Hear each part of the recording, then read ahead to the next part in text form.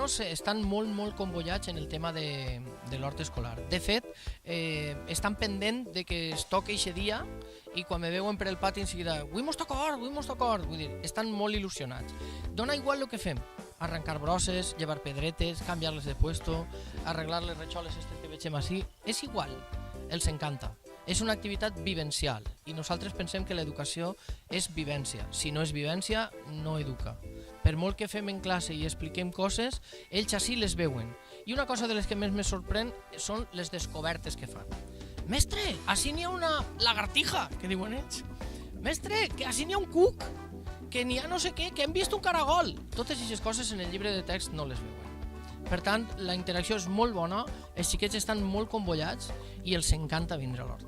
Una de les coses que més els aporta és saber que les coses han de tindre paciència per aconseguir-les. Les coses no s'aconsegueixen d'avui per demà. El món actual és un món que d'alguna manera ens empenta a que cada vegada les coses siguin més ràpides. Que enviem un correu, que fem no sé què, tot és molt ràpid. Sin embargo, la natura és més tranquil·la, és reposada, ensenya que has de tindre paciència. Que una cosa que hem fet ara tindrà els seus fruits d'ací 4 mesos. I això per a ells és fonamental. Ells no tenen paciència. Val? Això és una de les coses que els aporta. Una altra de les coses que els aporta és que molts crios no han jugat mai en la terra, no han fet res en la terra i no entenen que la terra és el que ens dona de menjar. Això també és fonamental i estan entenent-ho. De fet, n'hi ha moltes criatures que estan dient-me jo ja tinc un hortet en la terrassa de ma casa.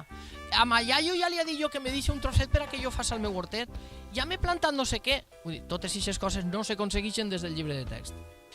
Siga Edicions 96 o qualsevol altre organisme públic o privat que fomente una educació d'aquest tipus, una educació experimental, una educació vivencial, ens sembla meravellós. I qualsevol cosa a nosaltres ens ompli de molta alegria que una foto hagi tingut una repercussió en el vostre món. I ens ha agradat molt que hàgiu tingut aquesta deferència de donar-nos uns llibres i d'interessar-se per un treball que nosaltres el fem així amb molta il·lusió i després no sabem exactament quina repercussió podrà tindre en el futur, perquè l'educació se treballa avui i els fruits se veuen molt lluny i molt tard.